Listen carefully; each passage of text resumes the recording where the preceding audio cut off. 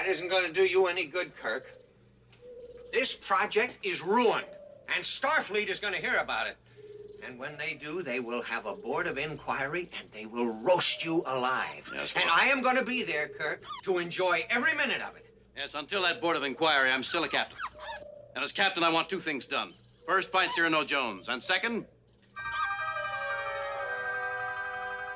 close that door. Program complete. Enter when ready. It was like every time they'd come into a room, there'd be more. Kirk's like, we gotta get these off the ship.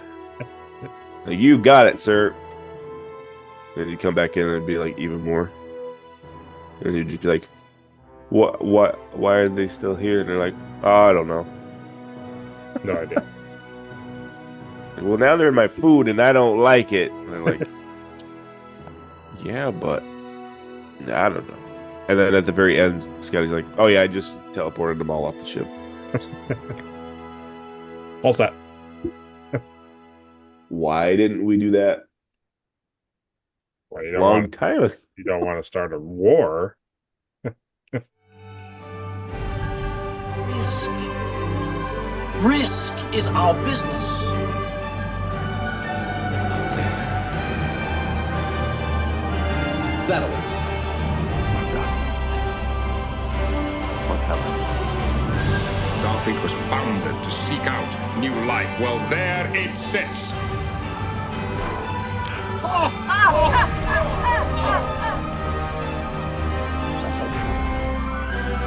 Rock and roll. 6. We're not afraid of diversity. We don't persecute it, we embrace it.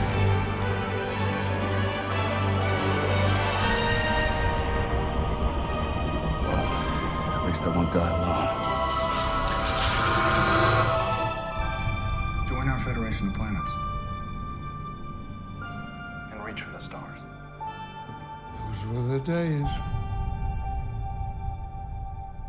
Alright, welcome back to another Trek review where we cover Star Trek Weekly, and this week we are covering the original series episode The Trouble with Tribbles.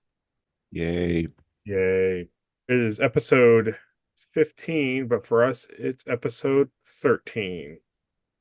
It originally aired December 29th, 1967.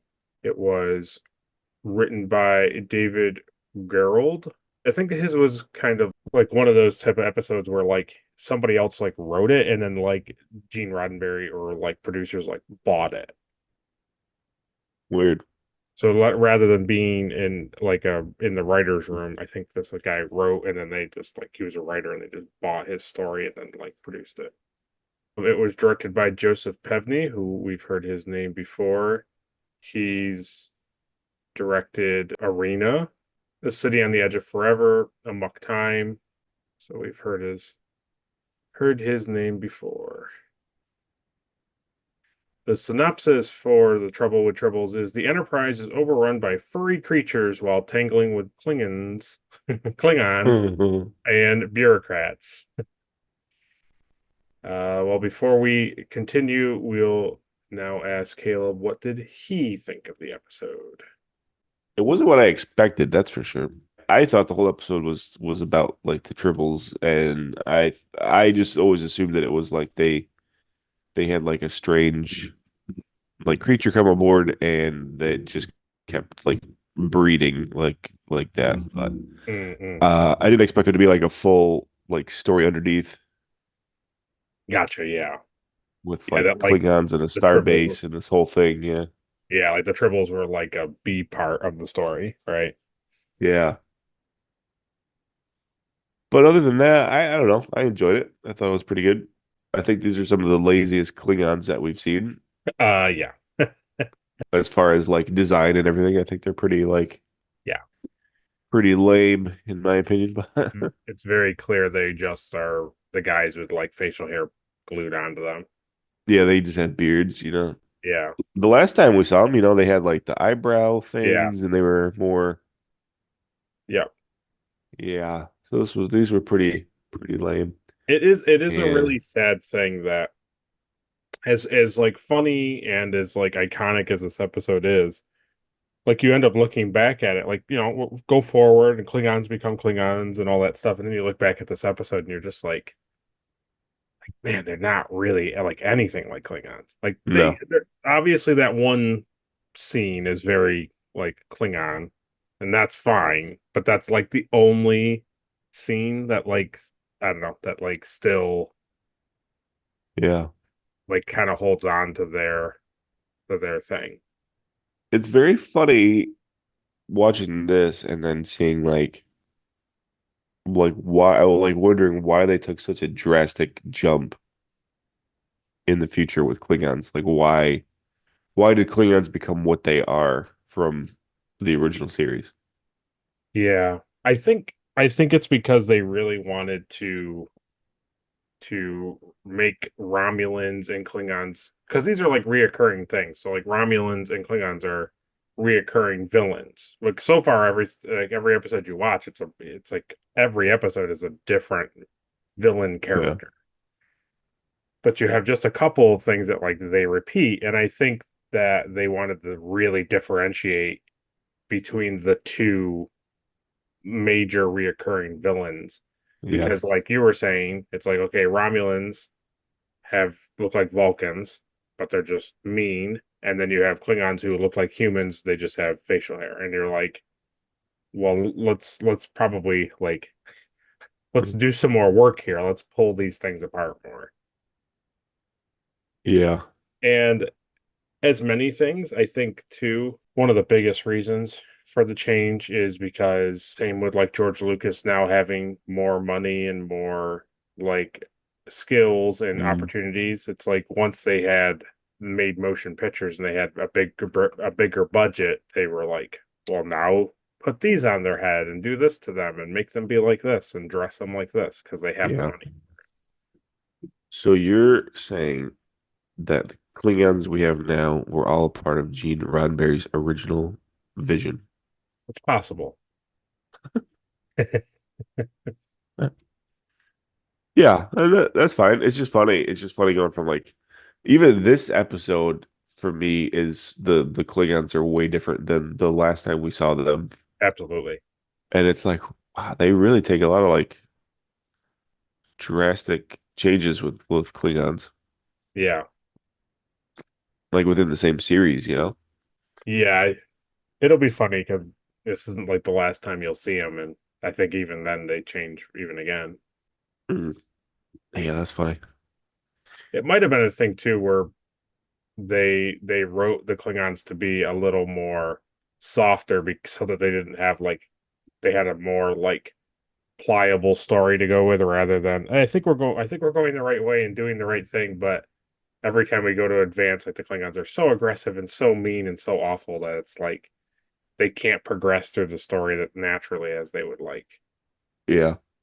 Yeah, it's funny that the Klingons in this episode they just wanted to go on shore leave, you know? Right. Like, yeah, Captain, we're so tired of being in space. We just want to go to sleep. Yeah. I need all your grain.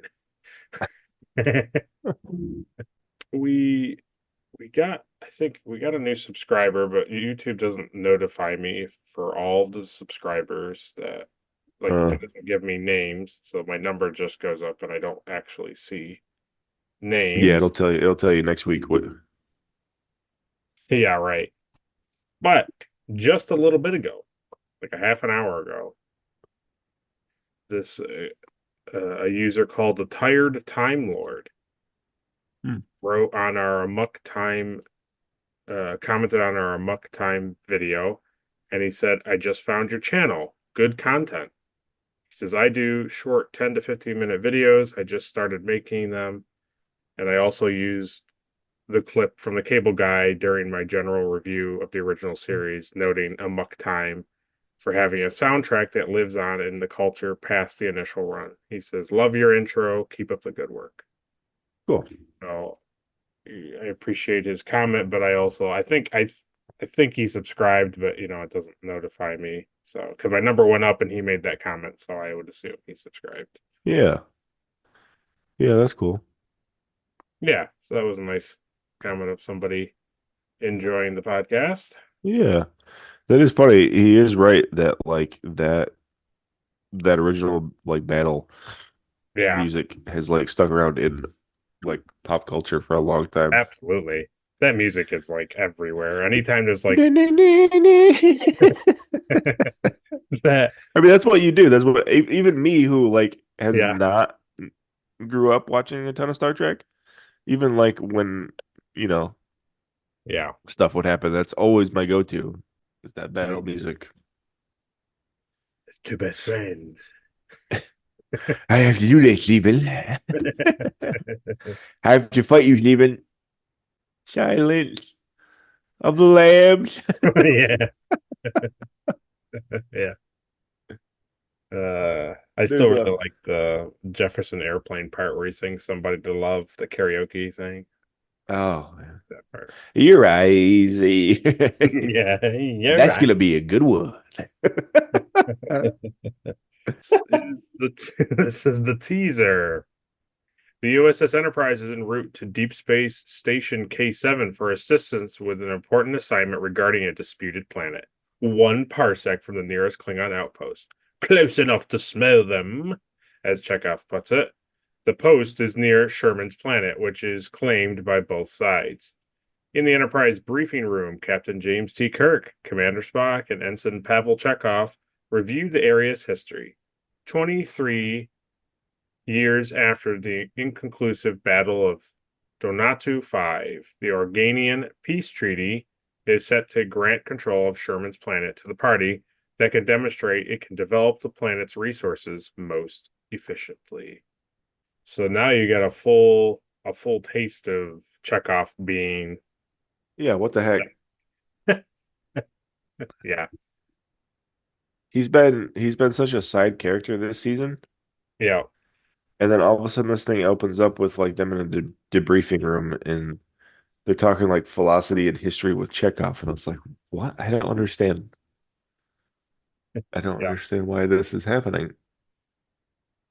giving him some legs. Yeah. I just like the fact that every time they said something, he just referred it back to like, well, that's a Russian invention or a Russian thing. Yeah, and his Russian accent's a little, Exceptional. Is that what you were gonna? yeah, very, very well. Yeah, Very, very good accent. Yeah.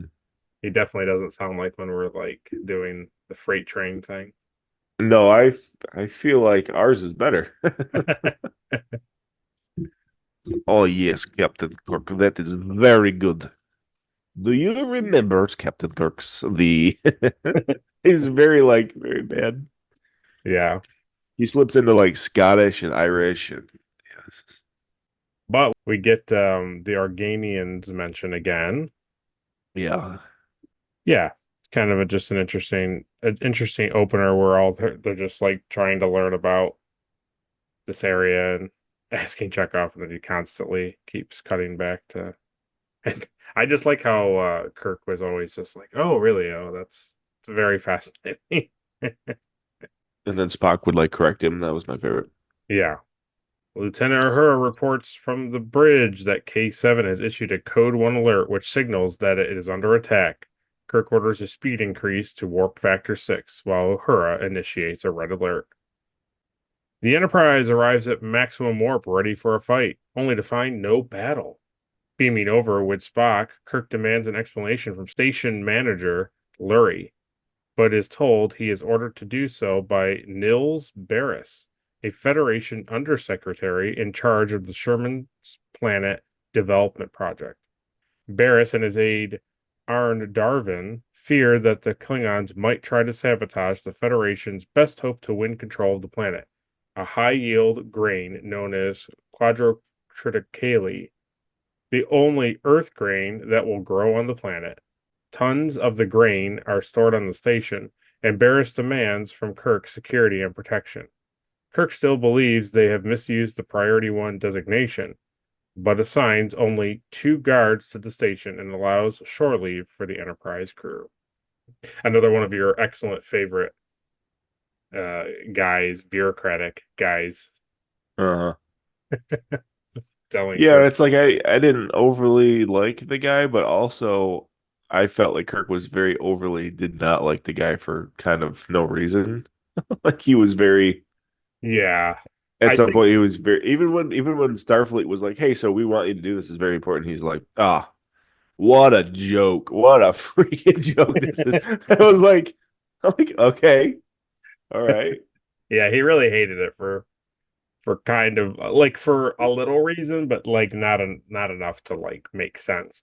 I think I the get the very beginning when he's like, "That's not a priority one, right, thing." exactly. Like you could have worded it differently. You didn't have to send us here at full warp for, Right, we thought you were under attack and we get here and you want us to guard your grain. Like, give me a break, man. right. Yeah, but then Yeah. after that he just hates it. Yeah, he just hated being there. The thing that I didn't understand the whole episode Okay. is they kept talking about this grain. Oh, we gotta guard this grain and get it to this planet, get it to this planet. And the whole episode, they just stayed on the starbase. Yeah, I think they were waiting for another ship to come and like take it and bring it to the planet. I feel like the Enterprise could have done that, Probably. right? I feel like that could have been their role is like, okay, if we have the manpower and we can guard it, so load it on board and we'll get it to the planet, and that'll be the end of our mission. Right, We don't need to stay here at the base and wait for a shuttle. right. Yeah. So, yeah, that I thought was interesting. Yeah, they don't really at great length explain like why the Enterprise can't really do that, but I do think that was the thing they were waiting for. Yeah. Yeah, it's Oh, well, really that funny. makes more sense. Yeah. I was just gonna say I really liked I think this was kind of like the best acting of all the people. Like all of the like character acting was really good. Like everybody Mm. kind of got like their little moments, and I thought it was really decent of like how Kirk comes off and he's mad, and then he's basically like gonna leave and doesn't he's just like I don't care about anything about this grain, I'm leaving. And then Spock's like, well, Captain, like it is important to the Federation, and like, we probably should do something about it. And he's just like, okay. And then he agrees to do, put guards on it, and then the guy's mad at him and all this stuff. I don't know. I liked Shatner's, and I liked everybody's like acting in this episode. Yeah. No, I did too. There's lots of parts of this episode that I really did enjoy. And there's a few characters in this episode I don't care if we ever see again. So Yeah. I totally understand. I also like he's like he when he dumps the little like cup into his hand and he's like, oh, wheat. And they're like, it's not wheat, Captain. It's this quadritriticale. And he's like, okay. And then he's like, I wouldn't even expect you to know, Captain, or you, Commander Spock. And he starts talking about it. And then Spock's just uh-huh. like, okay, settle down. Like, Yeah, right. here's all the information I know about this. I don't think you were on it.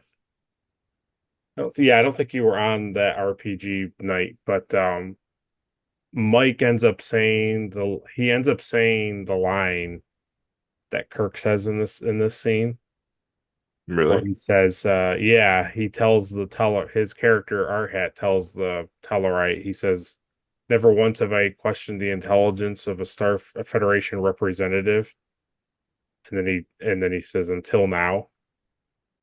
I'm trying to remember exactly what he says. He says, I have never questioned the orders or the intelligence of any Oh, representative of the yeah. Federation. And then he walks away and he turns around and says, until then. Yeah. And so that's what Mike ends up doing to the Tellarite merchant. Not this week's, but the other week's episode. That's really funny. Yeah. Yeah, Kirk was a little witty in this Oh, very, episode. very, very much so. I think I like witty, like sarcastic like annoyed with other people Kirk more than any other Kirk, to be honest. Yeah, I think so too. The scene in this where the tribbles are falling out of the roof, Oh yeah. and he's just got this like, I wish I was dead face. Yeah. And that guy's still talking. And he's like, I literally am gonna put you in, like, I'm going to cuff you and put you in the thing if you don't shut up. Like, I am so sick to death of everything that's happening on this space station. Yeah, yeah. Yeah. 100%. It's 100%. very good. Very Yeah. good. Yeah. Yeah. That's the great thing about this, except for the very end that I have an issue with, but like everything Yeah. it nicely pays off, like very nicely. He's like, I don't understand, Spock, why everybody wants this wheat. He's like, does everybody just know about this thing? He's like, why don't Yeah. he's like, what's the Yeah. fascination with it? Like, oh no. I know about it because it's a Russian. It has Yeah. a Russian origin. Yeah. Like, oh my God. Yeah, here Why it don't you is. go sit back on navigation? Like, let's just... Yeah. So it says on leave, Uhura and Chekhov meet a dealer named Cyrano Jones, who is trying to wholesale to the skeptical bartender various rare galactic items. Among them, spike and flame gems and furry little creatures that Jones calls Tribbles. While they bicker over the price, Chekhov notices a Tribble has eaten a quadrotriticranian sample left on the bar, and Uhura is enchanted by it.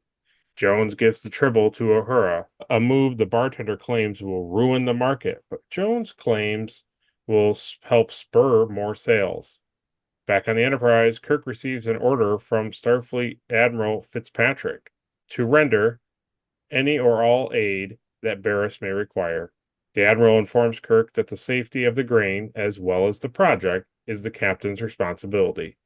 Kirk is exasperated, and just then learns from Uhura that a Klingon battlecruiser has arrived within 100 kilometers of K7. Kirk orders the ship to go to red alert and for Lurie to be notified. Lurie, however, discounts a possible attack as the Klingon's ship captain Koloth and his first officer Korax are sitting in his office. Kirk orders the red alert canceled. Yeah, he did.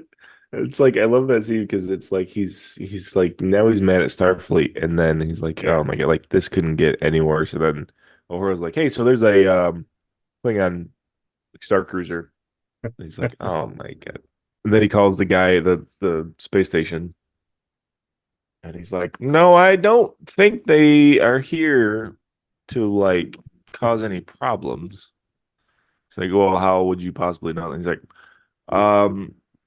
because they're sitting in my office. And like the camera like pans out, you know. Yeah. Yeah. No, Oh, they're yeah, definitely that's not going to cause any problems, right? yeah. Like they got a blade to his neck. Tell him And we Kirk won't just do immediately anything. like, oh my gosh. All right, cancel red alert. Yeah. So you must have really liked Cyrano Jones then. Oh, he's such a yeah. He's a really bad character, in my opinion. The bartender too. Him and the bartender. Oh, no, thank you. It's one of those What a things. stupid idiot. Like, what a stupid business model. He thinks he's gonna sell these tribbles. He's like, well, then I'll sell the next one even from even more money, and it'll be this huge market. It's like, dude, they literally like they literally don't stop like breeding. Like Right. nobody will ever have to buy one ever again. Like, Right. do you know that? But Yeah. why do you not know that? And of course, it was Uhura that brought Yeah. it down to the ship, you know. Mm-hmm. Like, That's so beautiful. Yeah.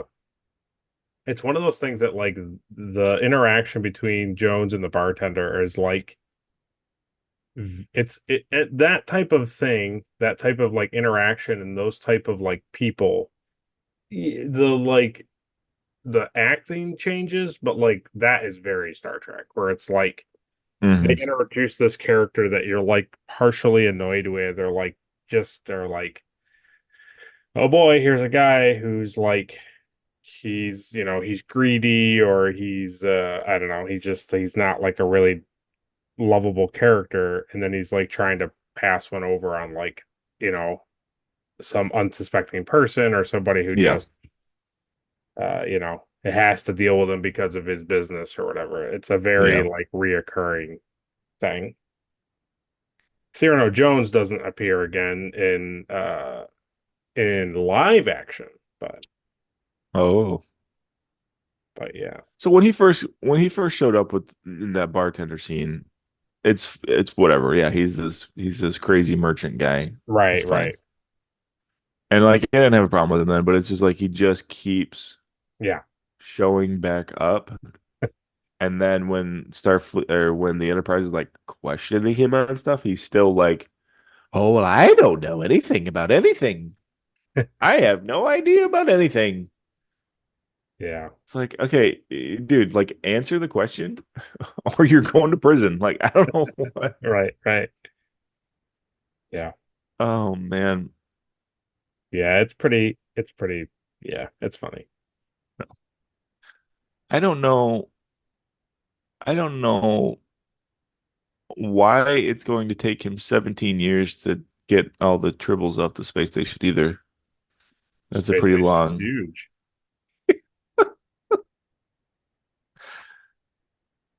Yeah, but you couldn't possibly put a number on that because like they're going to keep like reproducing while Yeah. you're clearing them. Well, it could be a thing where Spock anticipated how long it The would take to, production. yeah, like he's factoring in reproduction and also him having to sleep and eat and like, you know, do normal daily functions, and then also continuously like clear them off the It's space. ridiculous. Also the other thing that makes it challenging is that, in the future, like we don't have the need for like buckets or like bins or anything anymore. No, So you have to carry everything in your arms or your yeah, your whatever your kind big of cargo weird pouches. jacket thing he was Yeah, wearing. yeah. No, That's no. what I kept saying every time they were like picking up Tribbles. I was like, get a box or something, man. Like, like we Yeah, gotta they get these don't. things off the ship. Oh, Yeah, no, no, no, no, no, no. Mm-mm. Uh, Can't do that. no, you have to carry one at a time. Buckets and apple crates are a thing of the past, No need for them. just like pockets. Only Okay. merchants have pockets. Yeah, right, exactly. God, Yeah, filthy merchants. yep. What are you, Otherwise, some kind of disgusting merchant with all those pockets? oh, I know what you want to say. Kirk beams over with Spock, and the Klingons assert their rights to shore leave under the terms of the Organian Treaty. Kirk reluctantly accedes, but sets limits of 12 at a time, with one guard from the Enterprise for each Klingon soldier. In the recreation room aboard the Enterprise, Uhura's Tribble gives birth to a litter. The sounds the Tribbles make seem to have a soothing effect on humans. Dr. McCoy takes one of the offspring to study it. Meanwhile, Kirk argues with Barris about the adequacy of the security Kirk is providing, until Kirk claims he is getting a headache. Going to sickbay for treatment, Kirk sees that McCoy's Tribble has also produced a litter.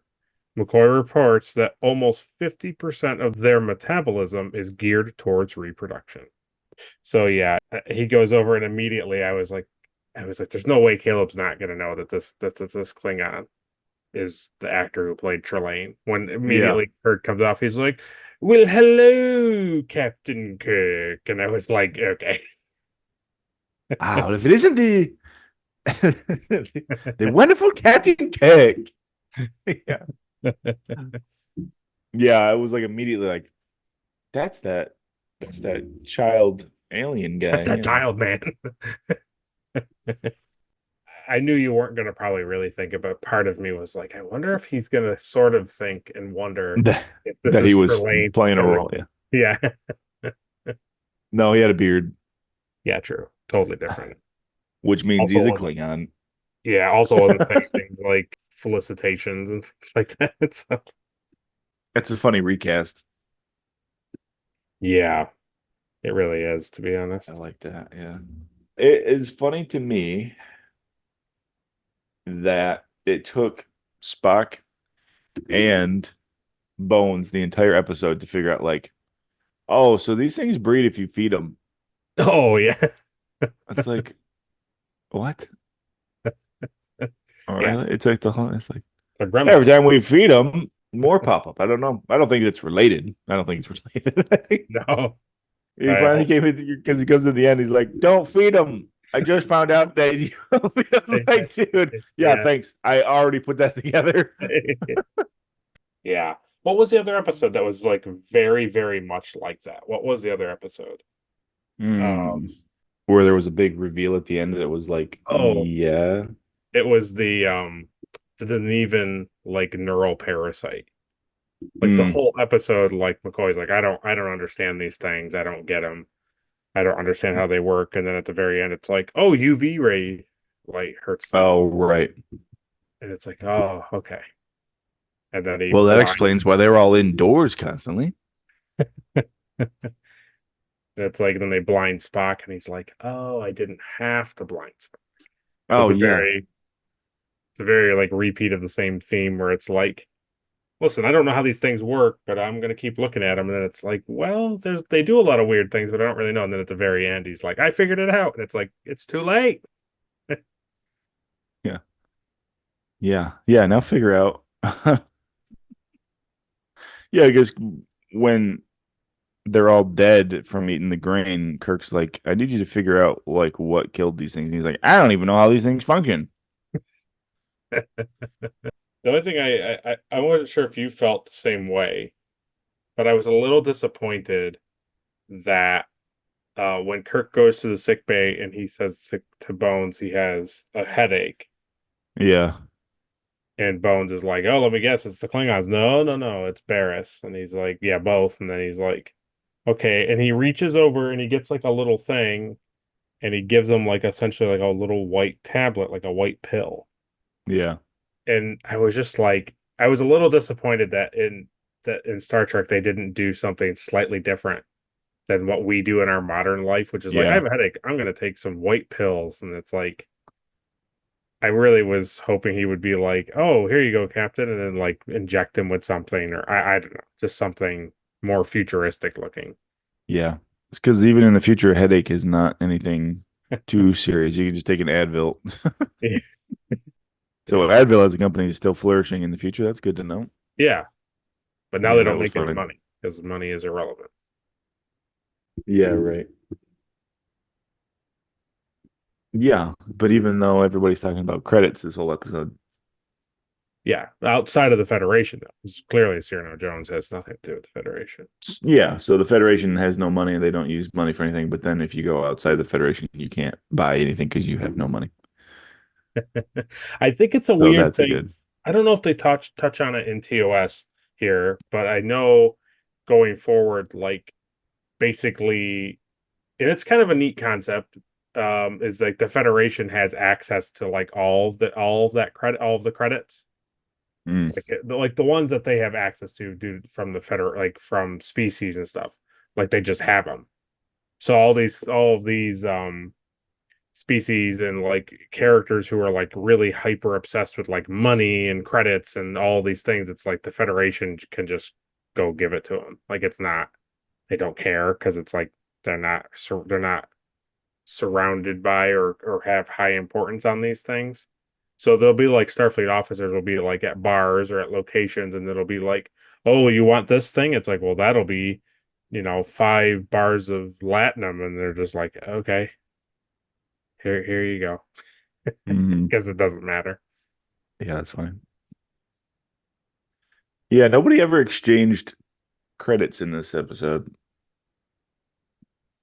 Yeah, but I think the only thing I can say to it, and I agree, no, I don't, nobody did, but I think the scene where he's trying to sell it to Uhura and possibly Chekhov, they don't really, neither one of them really balk at the fact that this guy is like charging credits. They're just like, okay, like Hmm. how much would you charge for it? And he's like, oh, I would charge 10 credits. And they're not like, well, I don't know how I'm going to do that. They're just kind of like, okay, they don't really care because 10 credits is, I think that's kind of like the undertone of what they're implying. Because then he just ends up giving it to her for free. Yeah. But I think there's a moment there where he gets told, she gets told the amount and doesn't go like, what? It's like she's Yeah, just like 10 credits wasn't a lot, basically. right. Yeah.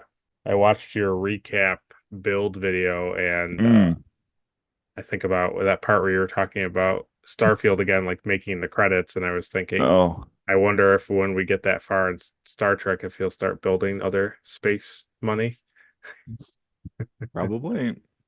Kirk tells crew members beaming over to shore leave on K7 to avoid trouble with the Klingons.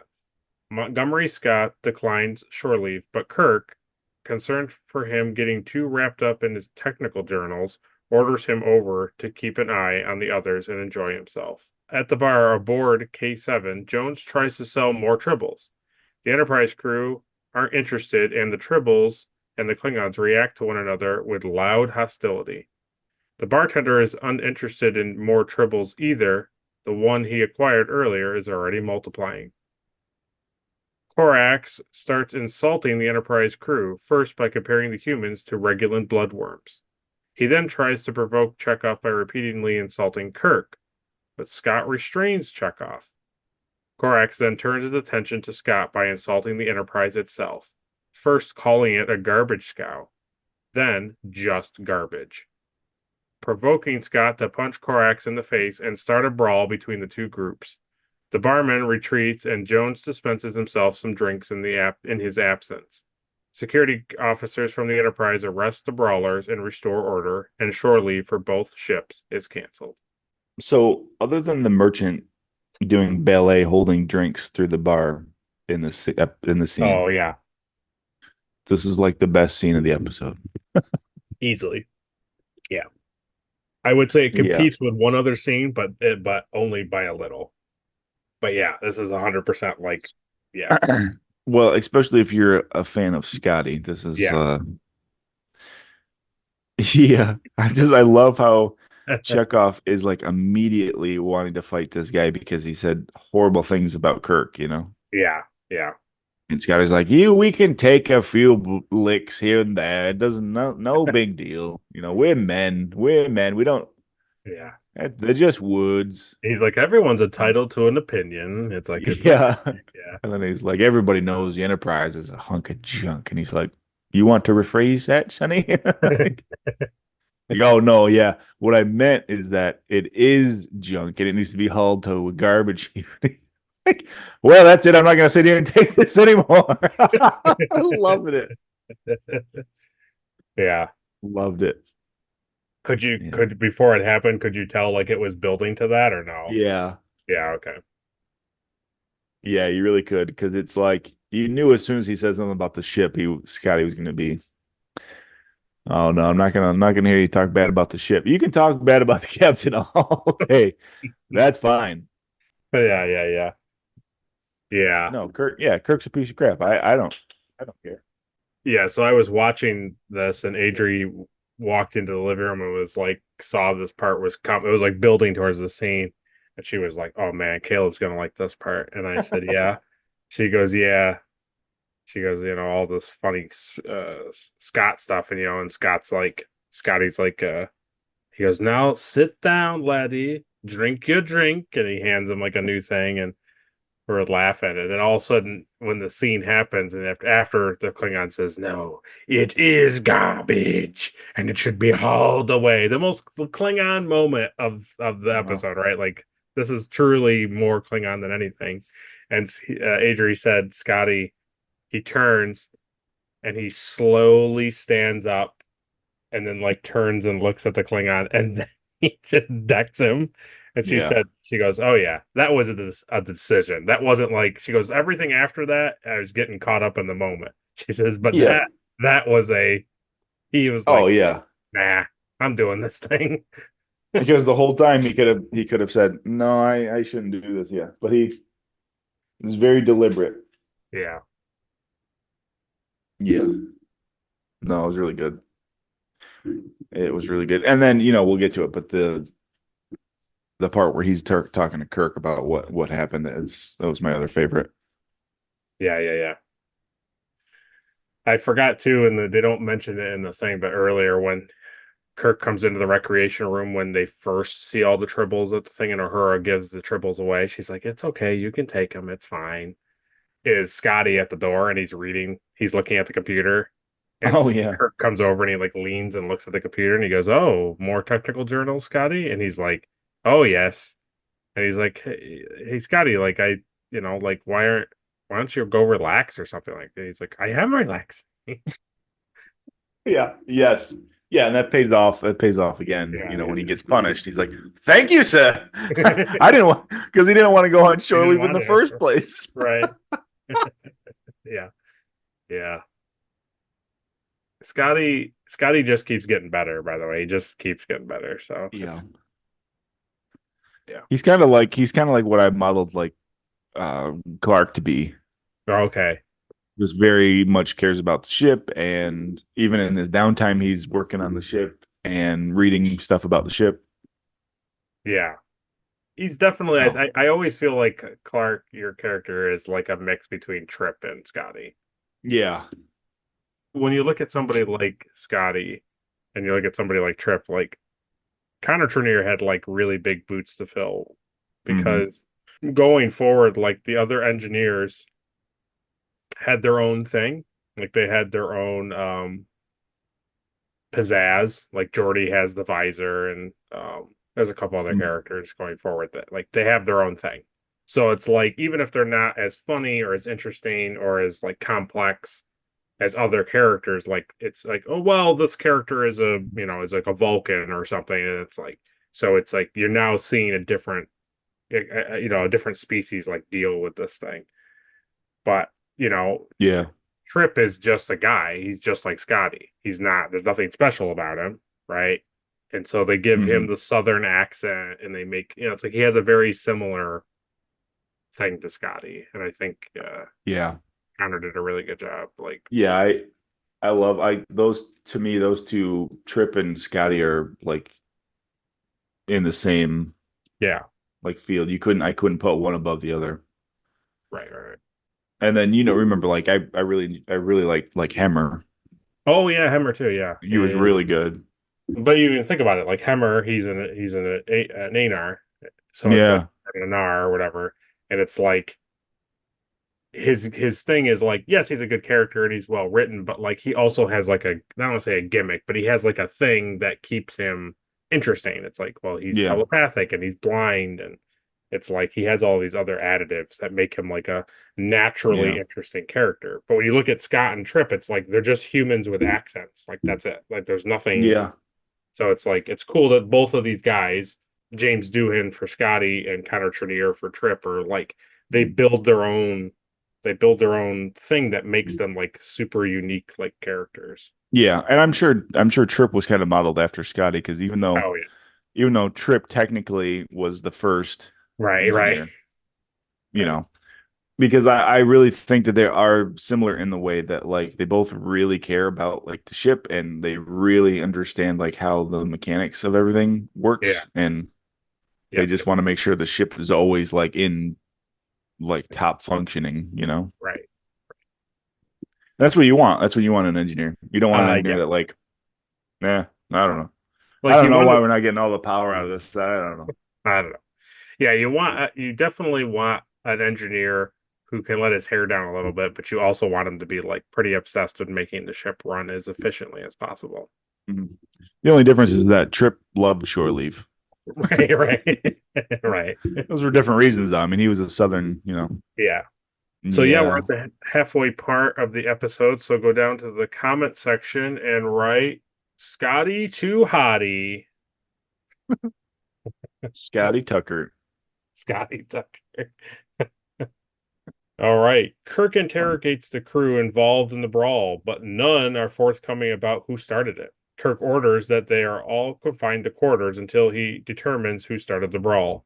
After Kirk dismisses his officers, Scott confesses to Kirk in private that he started the fight after Korax insulted them, recalling some of the more colorful examples.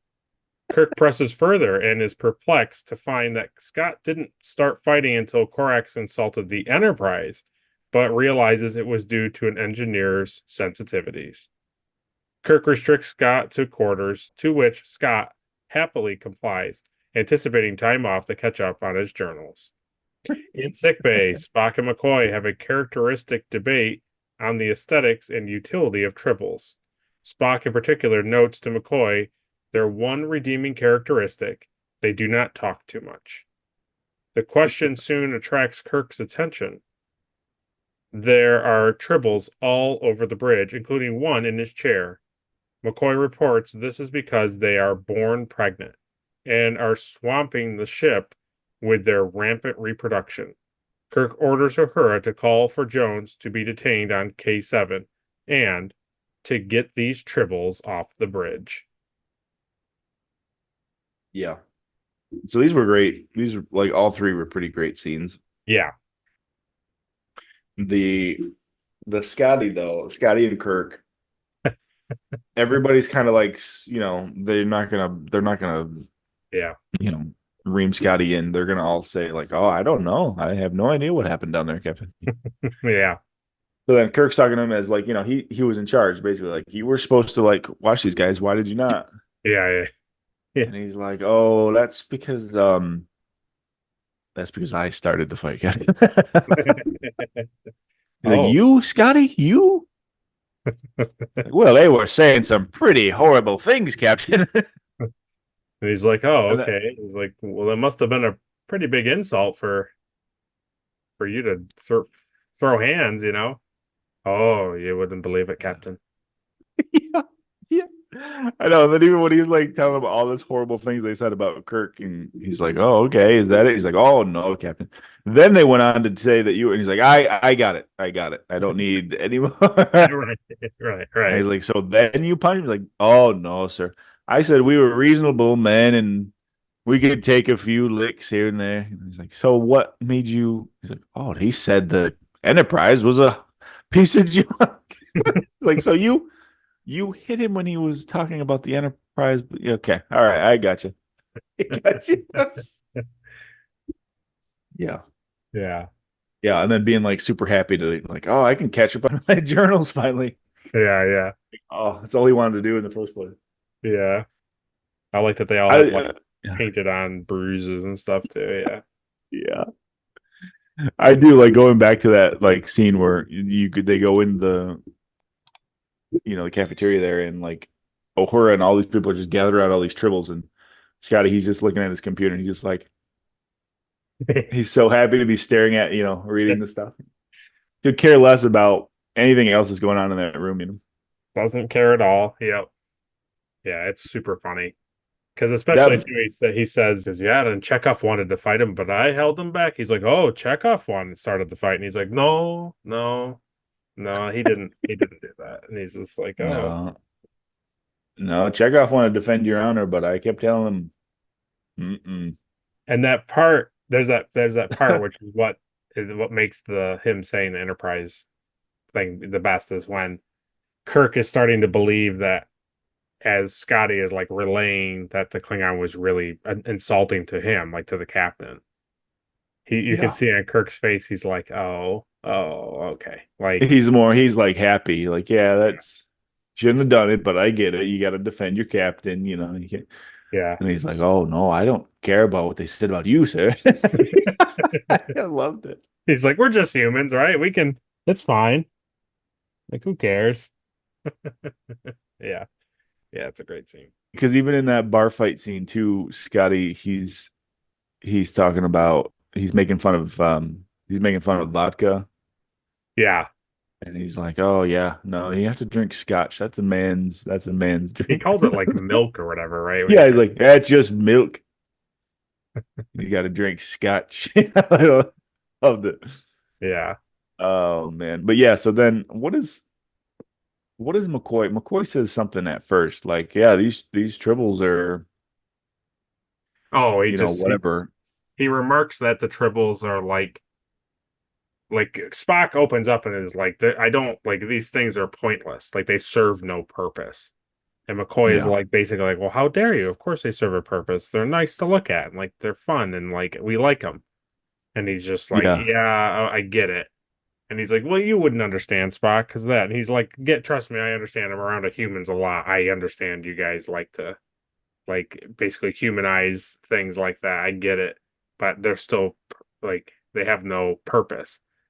And then I think McCoy says, so he says something like He they're said something suit. like he likes them more than he likes Yeah, Spock or something. yeah. He likes them, yeah. And then Spock's And like, well, you Spock's know like, yeah, what? no. No, I like them too. You know why? Because they don't talk. And then he leaves.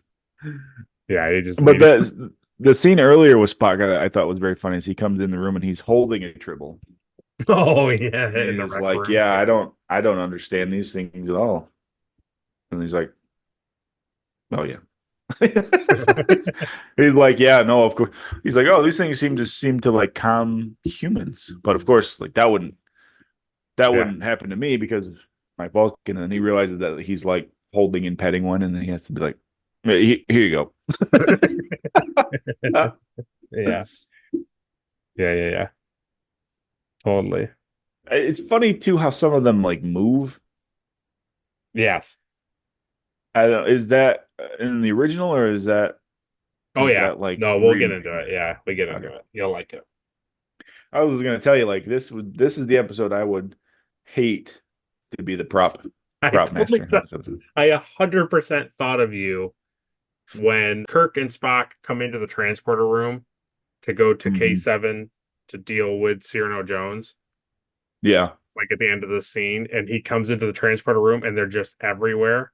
And he's trying not to, Kirk is trying not to step on them, and he gets up to the transporter room and they're all over the thing, and he's just like, okay, like just energize, like just do it. And I thought of you, not in the fact of Kirk being frustrated. It was more of like the amount of tribbles that these prop people had to make and put, and like their different designs and just their different sizes. Yeah. Yeah, Yeah, to the point too where last week on our thing you said like next time we're doing tribbles. I was like, "Oh man. All right, I'm going to make a couple tribbles. I got like this funny idea for this bit. right. And I looked up a couple videos like kind of make and I was just like, "Nah. No, I'm good. I don't need to do that." Yeah, So then watching the episode, I was just like, "Oh my God, there's so many of them." And so like obviously there's scenes where obviously they're going to gather all of yeah, them and put them all in one room, for certain scenes. right. But still, I was just like, oh, it's just ridiculous. Yeah, I mean, when totally. they all fall out of the ceiling, I mean that is Yeah. like, Well, it's clear they probably built all of those, like made all of those, and then just used that pile to like put them on places and stuff. yeah, But the because even thing, when they go into the bartender is like covered in them too. like, well, that scene too earlier, right? When he's like, "Oh, Yeah. triples, huh? Triples, really? Okay, yeah, Oh no yeah, problem." these things are gonna double in value, huh? Yeah. Yeah, He just keeps pulling them out. And then the other thing too is like every time they kept like transporting from the ship to the space station, they kept bringing more with them, and then back and forth. Like they just kept bringing, they just kept bringing yeah, stuff like all over the place. They kept contaminating everything, yeah. and they never once thought like, "Oh man, I wonder if these things are getting like the vents." No, I doubt it. How I would they doubt get in the that. vents? No, yeah. The thing that also was funny was that when Kirk comes onto the bridge at the end of this scene we mentioned is he comes on and then he's like he has this kind of face like oh tribbles, and he's walking down and there's like triples by Uhura's station, and then there's ones like on the like The railing railing, yeah. bridge, and he's like oh, and he obviously can see all the ones that like are on the navigation console, and then he sits down and that Uh-huh. one's in his seat, and then he's just like forget this, right? Like because he sits on one, he immediately like 180s on it, and he walks around and he sees more over here and more over here, and he takes the one from Chekhov, like, give me that, you're not having that. And then you look over at Spock, and Spock's got like six of them on his console. And he's just like, okay, I'm done with this. Like, we're done. Get these things off the bridge. But Yeah, just it is funny. his initial, like, onto the bridge was like, oh, Well, Tribbles, la la yeah, la. what's that hand? What was that hand gesture he does when he walks on the bridge? He's like, nice, nice. It Just made me laugh. I was like, man, was very funny. being in the captain's chair, he did not like that. No, no. Well, yeah.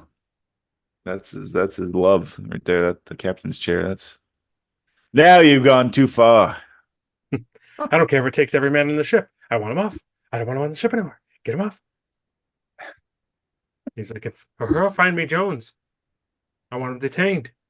And get these Tribbles off the I want bridge. I want him agonized. Yeah, yeah. Even at the end though, too, because he's like, "Oh, Scotty, you didn't just launch him into space, did you?" Yeah. And he's like, "Oh no, sir." Yeah, yeah, yeah. Like what? That would be inhuman. That would be terrible. On K7, Spock berates Jones for removing Tribbles from their natural predators and letting them overbreed. Jones counters with excuses and insists that at least at 6 credits each, they're making him money. Then Barris confronts Kirk on the insufficient security detail for the Quadrotriticale. Barris claims Jones is quite probably a Klingon agent, but Kirk is unconvinced by the evidence and finds that Jones has done no worse than disrupt activities on K7, which is not unprecedented. Sometimes all they need is a title, Mr. Barris. Kirk pointedly concludes, and he and Spock return to the Enterprise. Back on board, the Tribble problem has worsened. Kirk can't even get a meal as the Tribbles have gotten into the food synthesizers. Scott reports that the Tribbles are circulating through the Enterprise ventilation ducts, ending up in machinery all throughout the ship. Spock points out that there are comparable ducts aboard K7 that lead to the grain storage tanks. Realizing the implication, Kirk orders all the Tribbles removed from the Enterprise and rushes to K7, gaining access to one of the storage compartments. But when he opens the overhead door, an avalanche of Tribbles buries him. He takes such an offense to Yeah. that thing being in his coffee. That was like my favorite. Like, my coffee, Spock. It's Yeah. in my coffee. My chicken sandwich and my coffee. Yeah. It was so like, oh man. I think this is the line I said where he's like, I don't care how many men it takes. I want him off the ship. Like when he's holding the Tribble in his cup. Yeah. Yeah, that was funny. That's why I'm like, yeah.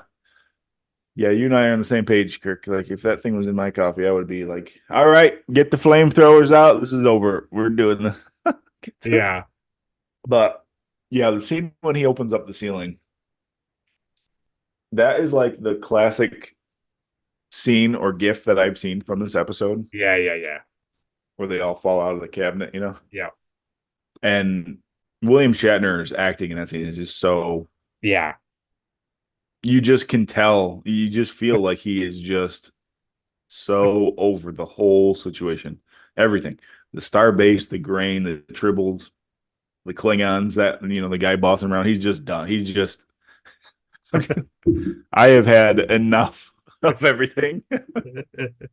The guy's still talking like while they're all falling. He's like, I told you this is your fault. I'm gonna hold you. And he's just like, if you don't shut up. And so that's why like when you find out that the Klingon guy is his secretary, it's Kirk is so, all right, yeah. Yeah. He loves it. Loves it. He really does love it. Oh, that's right. There's two things I wanted to talk to you about. See if you caught it. The first one Okay. was when the Klingons and the Starfleet officers are fighting in the bar. There's a couple shots when they're like they're choking each other or punching each other or struggling like on the table, and there's like a couple of like random bar patrons against the wall, Oh, and they're just like, ooh, oh. Like, ooh, they're just watching. They're not like fighting or anything. They're just making these faces like grimacing, like, oh, ooh. And that made me laugh. I just, for whatever reason, focused on this one guy in this one shot. He was just like, oh, like it's really funny. I did not. I did not pick And the up on second that. one was when, okay, so Kirk's had it up to here with the Tribbles, and he's like, get him off the ship, and he goes over to and he has the tray, and he's going over to the thing to tell Uhura to have Cyrano Jones detained, and they're going to K7. He like shoves the tray into like the lady's face, and she like kind of Oh, like reacts like, oh, and she like takes it because he like puts it right in her face, and she takes it from him, and then something else happens. I think maybe he gives her the coffee, or she takes the coffee from him, or something. But she's like sitting down next to the computer, and oh, interesting. he just like gives her all of her stuff. Like, I don't care about this, and he talks, and then he just like walks away, and she's like stuck with his food. It was really funny. Like basically from the bar fight, like the start of the bar fight scene, and like continuously all the way through, it's like now really good. Like the episode really gets like really, really funny and Yeah, interesting, and like it's enjoyable to watch. Not that the first part wasn't enjoyable, but it just like you get excited to watch the next scene. yeah, yeah, definitely. He's like, well, they've definitely gotten into the machinery. And he comes Yeah, running yeah. in. Scotty walks out. He's holding like 10 of them. He's like, "Yeah, they're they're all inside the mechanic works, Captain." It's, Which is really funny because he was confined to quarters. So how does yeah, he, right? It's like, how did he know? It's clearly somebody in the engine room was like, please come down. He's like, well, I'm confined. He's like, I think there's tribbles everywhere. And he's like, oh yeah. God. They're eating the wires, sir. He's like, so what if I'm confined? I can't have the Enterprise be damaged. Yeah, that's true. That's funny. All right, so now it's time for trivia. This script, one of Star Trek's most popular, was David Gerrold's first professional sale ever. His working title for the episode was A Fuzzy Thing Happened to Me. And writer producer Gene L. Kuhn did heavy rewrites on the final version of the script. Wow. That could be the title of like a puberty book in school. Oh no. Oh no. How funny is that title though? That's a good title. Do you remember the Marvel one shot called A Funny Thing Happened on the Way to Thor's Hammer? Oh yeah. Yeah, I was thinking that's when I read that. I was thinking a fuzzy thing happened to me on the way to Thor's Hammer. Or a fuzzy thing happened to me on the way to K7. Yeah, The that's really funny. Tribbles were originally to have been called Fuzzies, but the name was felt to be too close to a book called Little Fuzzy. Other names considered by David Gerrold were Shaggies, Goonies, and Puffles, as well as a dozen other unknown names. While the episode was in production, Gene Roddenberry noticed that the story was similar to Robert Heinlein's novel The Rolling Stones, which featured the Martian Flat Cats. Too late, he called Heinlein to apologize and avoid a possible lawsuit. Heinlein was very understanding and was satisfied with a simple mea culpa by Roddenberry, which, like, admitting default. George Takei, Akira Sulu, does not appear in the episode. For much of the second season, he was filming the Green Berets. Many scenes written for Takei were switched over to Walter Koenig, Hmm. who plays Chekhov. William Shatner recalled the great enjoyment all the cast had filming this episode. He noted, "The trouble we had with Tribbles was to keep your straight face. It was just a lot of fun." That's funny.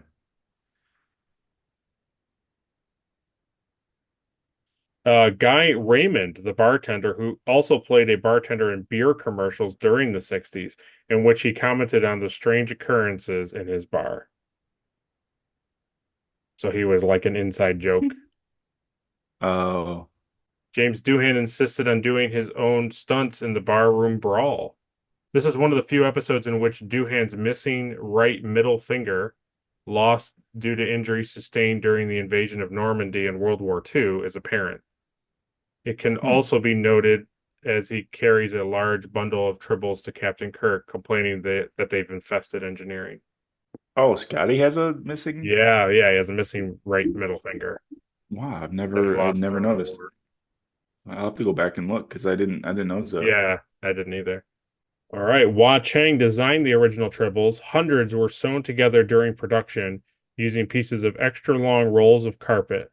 Some of them had mechanical toys placed in them so they could walk around.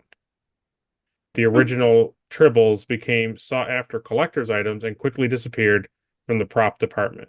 According to Gerald, 500 tribbles were constructed for the episode, and the tribble maker, Jacqueline Cumier, was paid $350.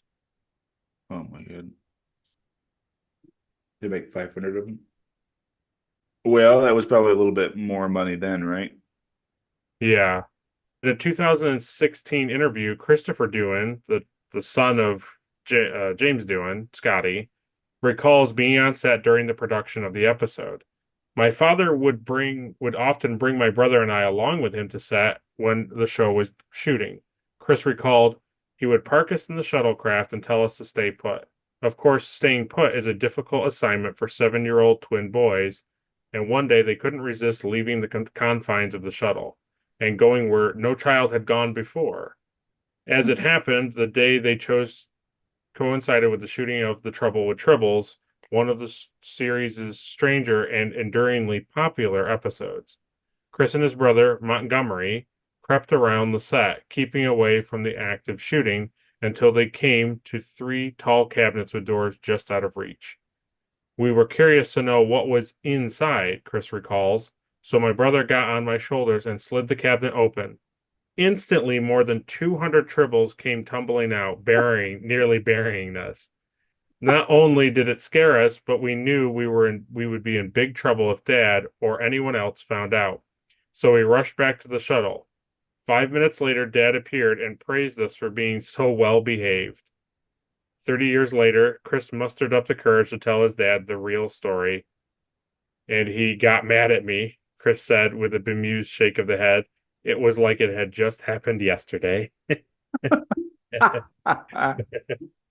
So they must have just thought that like the door just opened on its own or Opened just or, yeah. That's so funny. That's really funny that I thought what you were gonna say is like they came in and saw that and they thought it was really funny and that's why they ended up having that happen to Kirk Oh, in the yeah. episode. So how funny is it that happened, but also like they did that on their own? Yeah. During production of the buried in Tribbles scene, it took up to 8 takes to get the avalanche of Tribbles to fall just right. Gerald wrote in The Trouble with Tribbles, if Captain Kirk looks just a little harried in that shot, it's not accidental. Having Tribbles dropped on you 8 times in one day is not a happy experience. The Tribbles kept falling out of the hatch because members of the production crew had no direct line of sight with William Shatner during the filming of the scene and could not tell when there were enough Tribbles. A barrier in the set separated them from the storage compartment, which was filled with prop Tribbles. In order to set up the avalanche scene, crew members kept throwing Tribbles over the wall to ensure that the bin remained as full as possible. When the compartment was empty, these Tribbles fell onto Shatner's head as the crew tossed them one by one. Near the end of the scene, a perplexed Shatner, already chest deep in Tribbles, could clearly be seen turning his head toward the wall behind him, wondering when the prop men will stop. Yeah. Yeah, I totally knew I could totally see that. Like after doing like the set tour, you could just tell in the scene like people were just kept like throwing Tribbles like through the hole in the Yeah. ceiling. Yeah. And I think that made that scene so much better because like as he was talking, he'd get like hit in the head. Oh, And yeah. he'd just be like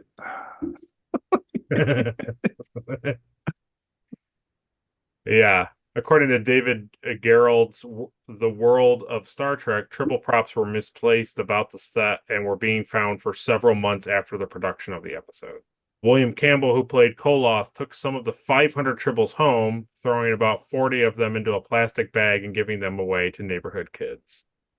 So I think the only last thing to say is I'm pretty sure that Phlox has a Tribble, right? In an episode? I thought so. Yeah. Yeah. All right, that was trivia. Now let's get into the last part and conclude the review. Kirk finally climbs out of the pile of Tribbles, a population Spock estimates at 1,771,561. And Spock discovers that they are gorged on the grain. Barris claims Kirk's orders have turned the project into a disaster and that he will call for a Starfleet Board of Inquiry against Kirk. I like how when Spock says like the number, he's like, yeah. It's like based off of this happening and this happening and this happening, this most likely would be how many Tribbles are in the thing. Yeah, what did he say? Like 1 million something? Yeah. Yeah.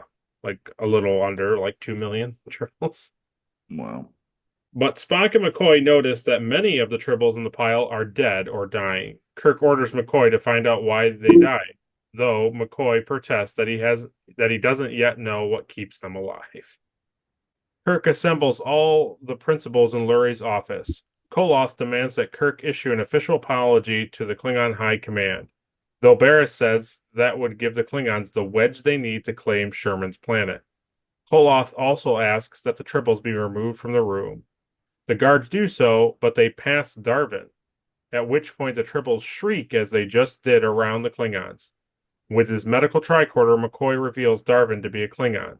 He poisoned the grain with a virus that prevents its victim from absorbing nutrients, which is how the Tribbles died. They starved to death. In a storage compartment full of grain, they starved to death, Kirk summarizes. Darvin is arrested. The Klingons are ordered out of Federation territory within the next 6 hours. And Kirk says he could learn to like Tribbles. This is a funny thing. Because Koloth and Korax are like basically just white dudes with like facial hair glued to their chin, it's not really shocking that like Darvin is that when he just has his beard shaved off and it's like he's a Klingon agent. Oh my, right? Yeah, right. But now you have to think about it going forward, because McCoy scans him and it's like, oh, well, he has different medical things. But now you go forward and it's like, well, the Klingons have all of these things, like, you know, because Worf has all of these amazing attributes of being a Klingon, and Klingons are very dramatic and very different. And so now going forward, what Star Trek ends up doing is like, well, this is a thing that can happen. Like Klingons can basically perform like cosmetic surgery on themselves, like have doctors alter their appearance to look like humans. Mm-hmm. And they go from this concept of he shaves off his facial hair to you're like doing full body reconstruction. And to the point, to the larger point is this happens in Star Trek Discovery. They have a main character called, I don't remember what his name is, but he's like this particular Klingon, and they want him to infiltrate Starfleet and like do all these things. Like he's kind of like the Winter Soldier. Like basically he's a sleeper agent for them. But he's a crazy looking Klingon.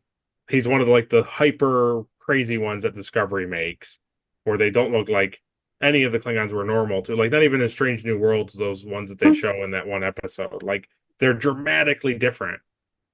And then they want you to believe they do all this reconstructive surgery, and now he just looks like a random guy. Right. It's just a funny thing that like some of the other shows go a little too far with to make it be like, well, he's a Klingon agent that looks like a human. It's like I get that Star Trek did it, but it feels like going forward doing that, it's like a pretty big leap. Yeah, because like you said, it's literally just like he doesn't have a goatee. Right. Maybe that's too. Maybe that's why they made these Klingons in this Yeah, a little true. bit less like Like crazy obvious. looking. Yeah, Like he's bronze with like pointy eyebrows, but he doesn't have the facial hair, and it'd be like, who's this guy? Like, yeah, yeah, you're probably right. It probably was one of the reasons why they did that. funny. I think Worf goes on to say stuff about Tribbles too, eventually when we get there. So It's funny that that's what fans do with stuff. It's like you can't just have it be like a reference. It has to fit in and make sense, like yeah, story wise. right. Because it's like you could just have a Tribble in like on a desk in a different show and just be like, oh yeah, that's a cool callback. But like you don't have to make it into this whole Yeah, like backstory and history of like how did that get there and right. And like what I think they go on to explain like why Tribbles and Klingons hate each other. Like they give more backstory. yeah. Oh, Yeah, I don't need to know that. you know what you'll like though? So in Star Trek Online, you can get Tribbles, right? Tribbles are a Yeah. thing you can obtain in the game. And there are three really cool things about them. Number one is when you give them to your like away team, like your the bridge officers, and you put Yeah. them in their inventory, when they're stationary and not doing anything, they will take them out and pet them, and they'll make the cooing noise, and Yeah. it'll give them like a, I think it regenerates their health like very slowly if they're like injured. That's So funny. that's really cool. It gives them like benefits. Secondly, you can pick up food in the game, like random food. Yeah. Like enemies will just drop, and the food is like a healing item, but they'll drop like drinks and candy bars and just random food from Star Trek. But if you have tribbles in your inventory, what'll happen is another tribble will appear in your inventory where the food is. Oh So if you man. have a lot of food in your inventory, like more, you'll have suddenly a lot of tribbles in your inventory, which is kind of cool. That's funny. But you got to have at least one already in there when it starts. And thirdly, probably the best is you can have Klingon bridge officers and you can play as Klingons. And if you're a Klingon and you take a tribble out, it screeches and the Klingon goes like, ah, and he like puts it back in his pocket. He doesn't like pet it. So it's pretty good. That's funny.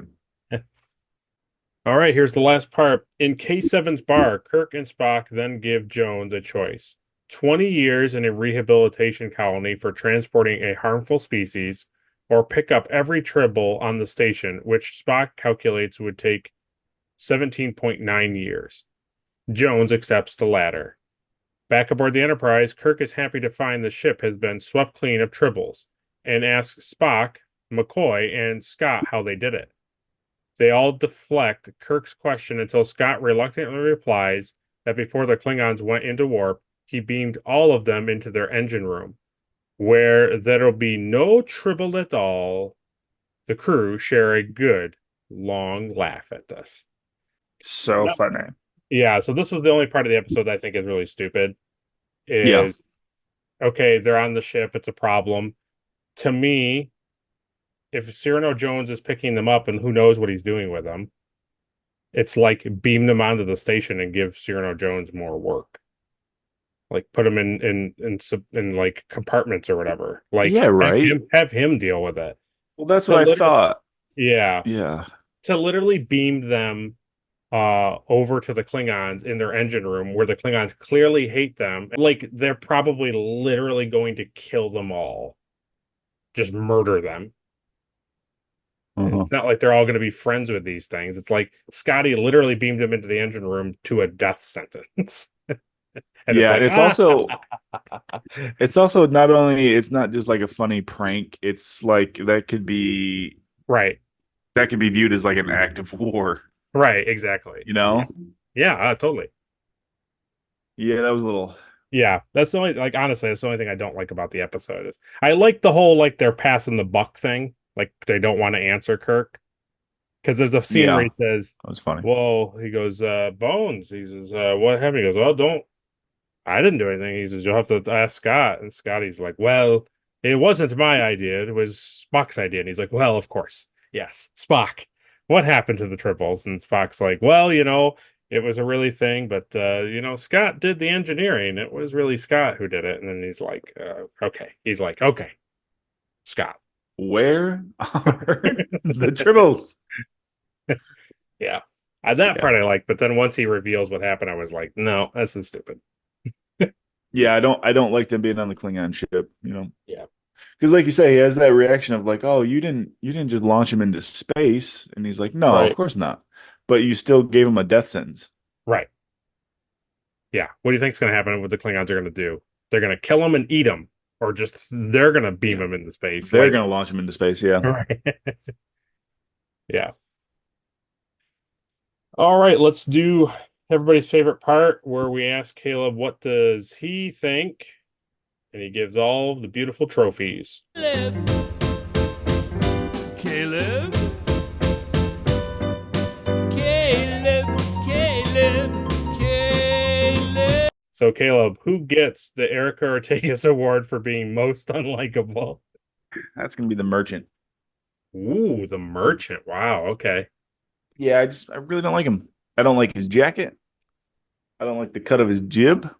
I don't like that he's pawning off Tribble. You know his ship is like full of Tribbles. Yeah. And his master plan is like, I'm just gonna sell one of these at a time until they're gone. Yeah. Like, and I like how he was really careful to always say, well, one little Tribble captain isn't a problem. And it's like, and then Kirk's like, yeah, of course he's not, you moron. Look at what's happening. Yeah, especially when they're in the bar and it's Yeah. just like there's just Tribbles everywhere. And he's like, well, they're not harmful.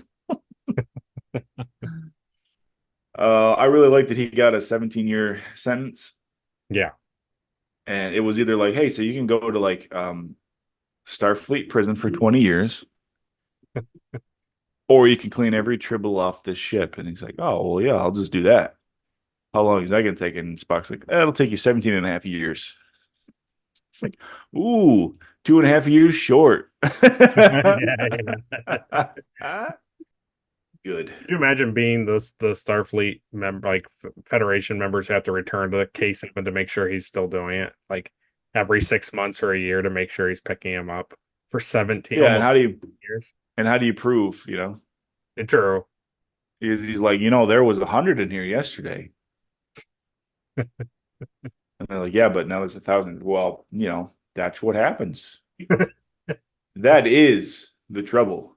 There has to be at least a solid week where the bartender just keeps feeding him to just make Cyrano Jones's life a little harder. No, what's going to happen is everybody on that space station is going to die because there's going to be no food left on the space station. No. I didn't even think of that. And they're just going to keep getting more food shipments, and they're just going to keep eating it and eating it. They're all just going to die. I wish our RPG took place closer to this time so that I could have you guys visit K7 while this is happening, while Cyrano Jones is cleaning it. Oh man. And then have John be like, hey, can I get a cheeseburger? And it's like, no. No, the Tribbles ain't on the cheeseburgers. No, we only serve Tribble burgers these days. All right, who gets the Elizabeth Cutler Award for being most forgettable? Sulu, yeah, that's it. Most forgettable was Sulu, yeah. Because he wasn't in the episode. Not even there. He wasn't sitting there. He wasn't sitting at the comms when Scotty was in. No. Oh my. He probably would have been like, oh, I like all of these. Ooh, fuzzy Tribbles. You play too many games. What did they say to her last episode? Oh. You take too many chances. Yeah. Well, who gets the Trip Tucker Award for being the MVP? It's probably Kirk anyway, just because he put up with the most. He Okay. had to deal with all this stuff at the same time. He had to deal with Tribbles and the Klingons and the space station, and Yeah. The he had to deal grain with all that. areas. Yeah, Yeah. Yeah, that's a good point. yeah. So Kirk, He didn't crack under the pressure. yeah. All right, what gets the Shran Award for being the best action sequence? The bar fight scene Yeah. is the best action sequence. Yeah. Don't you think you want to rephrase that, laddie? Drink your drink. Okay, what gets the NX Award for some sweet ship stuff? Honestly, I like seeing the space station. Okay, well there you go. You know what? I almost wondered. I almost texted you last night when I was watching it. I almost texted you and was like, "Do I see a 3D printed or foam K7 space station being made soon?" Like that's what I. It was cool. Yeah, it was cool seeing the space station. Because I don't think we've really seen You don't really, yeah. You don't get like a a lot, free-standing space station. right? And you know what else was cool was there's a specific shot inside the space station where he's on Yeah, comms with Kirk, and you can see the Enterprise in the window, yeah, like in the back. yeah. So Now, that's kind of cool seeing like he's talking to him way over there, but they're on the ship way out in space in the yeah. back of his window. I like that. There is in the original non-remastered version, it is a static image, but fans always said, well, that's because the space station and the Enterprise are rotating at the same speed. But now in the remastered thing, it shows the Enterprise like actually moving just to give it more life. Yeah. Oh, I would just would have assumed that they were just both stationary, like parked, just parked out in space. Yeah. It But definitely does the happens. space station have to turn to create the gravitational Yeah. inside? Yeah. Yeah. Yeah. It's definitely a thing where later when they do, like, I mean, that's not really a spoiler. Like, Deep Space Nine is a space station. So it's like they show a lot in the show, like ships docked at it. So that's kind of like a thing that ends up being like, it's a very, very, every time they cut to like an exterior shot, especially when they're not like fighting bad guys, it's like there's always random ships like docked at the thing. So Yeah. it's cool. I actually like it too. It's one of those things where it makes space feel more alive. And it's like for the 60s show to simply have a crazy looking, like interestingly shaped space station with both the Klingon ship and the Enterprise like rotating around it, it just immediately makes it feel like, oh yeah, like this is a thing. Like this is a normal space is big and fancy and like there's more going on here than just the Enterprise is going to a planet and they're like, oh, something terrible's happening, and then the Enterprise goes to another planet. It's like makes space come alive. Yeah, I like that. And what gets the Porthos Award for being the cheesiest thing of the episode? I think the bartender is pretty cheesy. Okay. As soon as there was like signs of trouble, he like sprints out of there like, oh, which I thought was a little weak. But also that scene specifically too, where he's like you said, like it was funny in the moment, but it went on way too long. Where he's just like, here's a triple, here's a triple, here's like we after 3 we got it. Right. But it was just like triple. It's like, okay, I got it. I got the concept. Yeah. And it just went on. I agree. And on and on and on and on. And then right when you were like, okay, it kept going. Yeah. All right. I thought that was cheesy. Yeah, absolutely. Totally. All right, and finally, what gets the Enterprise Award for being the best scene of the episode? I think because of the sake of the episode was about Tribbles, I think I'll go with Kirk getting buried. Just because his Shatner in that scene was so good to me. Like I really felt his like just somebody just put a phaser in my mouth. I really felt that. So yeah, I like that scene. That's my favorite scene of the episode. Okay, cool. All right, well, that concludes what Caleb thought of the episode. So go on down to the comment section and write what you thought of the episode. Do you have a trouble with Tribbles? Can you not resist this episode? Or do you hate Tribbles? Do you got a different kind of trouble with Tribbles and you hate them? Let us know. I got a few troubles. I got a few Tribbles. My tribbles, I don't have any. I like how they're all different colors. Yeah. That was fun. That's funny that they were carpet. I would never have pictured they were carpet. Yeah, I didn't either, but I guess they were like really shaggy carpet pieces. Yeah. All right. Next week's episode is going to be an interesting episode. I think Caleb is going to start to see some characters and species he hasn't seen yet, or at least in a while. So next week's episode is Journey to Babel. Ooh. So that'll be next week's episode. As always, if you liked the video, like it. If you disliked it, dislike it. Share it with all your friends and family and Trek enthusiasts. Subscribe so you don't miss an episode, and ring that bell for notifications so you don't miss any other episode on the channel, like Star Trek History or the RPG. And if you're listening on the podcast, thank you. Rate and review, do all that great stuff. And as always, you can go over to Caleb's channel. Yeah. It's great. Caleb just put out a couple videos recapping all of 2023. I encourage you to watch both of them. And then on top of it, once you've watched those 2 episodes, go watch every video that he put out for 2020. Yeah, in classic nerd hole style, we did a recap of all the reviews that we did, and that, that took us like an hour and a half to talk about. So meanwhile, I recapped all of the builds I did, and that took me about 20 minutes. So yeah. Yep. Well, I couldn't resist talking about things we already talked about, so it's true. You have to reiterate. Yeah. I think we still had to reiterate that Marvel's bad. So yeah.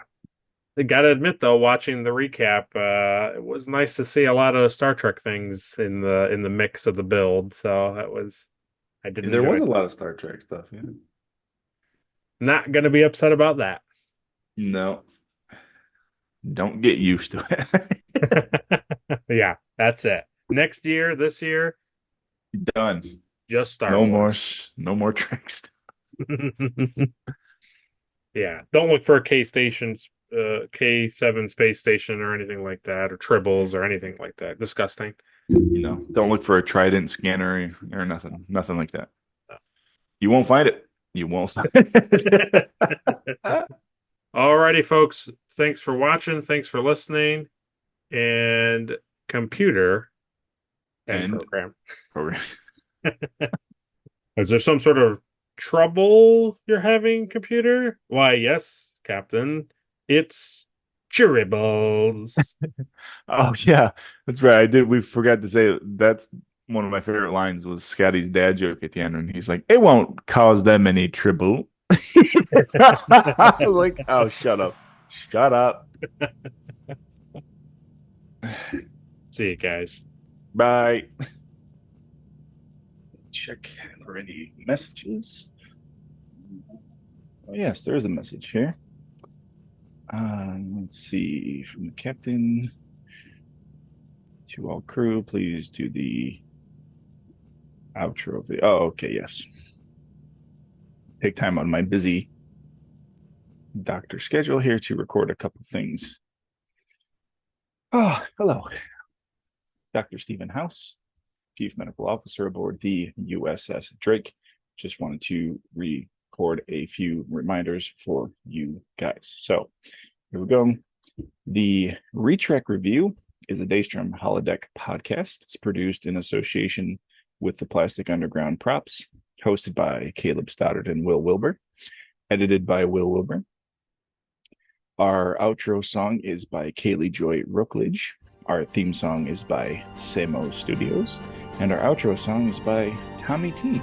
The title card art was created by Caleb Stoddard. Trophy art was created by Adri Wilbur from Love by the Letters. The synopsis and written plot provided by memoryalpha.fandom.com. Star Trek is created by Gene Roddenberry, and all official clips and pictures are owned by Paramount Pictures. You can follow us at the Plastic Underground Props and the Daystrom Holodeck on Instagram and YouTube. So that is it. That is all I had to say. And what? Lazesh, don't touch that.